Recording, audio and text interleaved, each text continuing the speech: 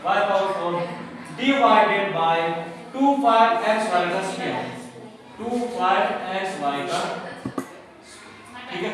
तो कह रहा है कि इसको सिंपलीफाई करें तो हमें पता है कि सबसे पहले हमने इसके ऊपर से हटाना है रूट, तो रूट को सबसे पहले अगर हटाएं तो क्या बन जाएगा 6 2 5x cube y power 4 divided by 2 5xy square की होल पावर 1/2, क्योंकि हमारे पास जो रूट होता है 1/2 के बराबर होता है, ठीक है।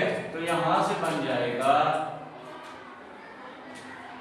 यहां से बन जाएगा 6 2 5x क्यूब बाय 4, तो हमें पता है कि ये जो पावर 1/2 है ये सारों की पावर है, क्योंकि होल पावर है तो होल पावर इसकी भी है, इसकी भी है, इसकी और सारों की होल पावर है। तो इसका मतलब ये हुआ कि 6 2 5 जो है इसको हम कोई ऐसा नंबर जिसका स्क्वायर लिखते हैं, क्यों, क्योंकि ये बाद में कट जाएगी इजीली इस स्क्वायर के साथ।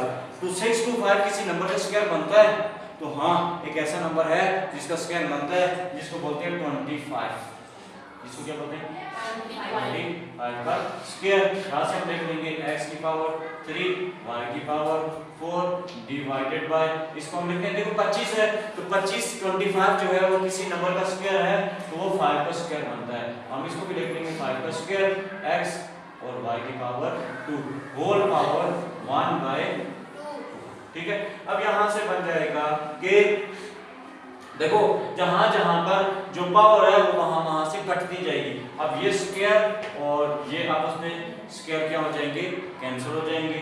लेकिन ये हर बल्कि इसका करते हैं कि ये होल पावर थी तो हर एक को बांट के दे देते हैं, हर एक को क्या कर देंगे बांट के दे देंगे। तो क्या बन जाएगी, ये इसकी पावर कैसे बन जाएगी 25 का स्क्वायर की होल पावर 1/2 इनटू x का क्यूब पावर 1/2 और y की पावर 4 है, ये बन जाएगी y power 1/2 whole divided by, यहां से आ जाएगा 5 का स्क्वायर पावर 1/2 इनटू x की पावर 1/2 और y स्क्वायर की पावर 1/2।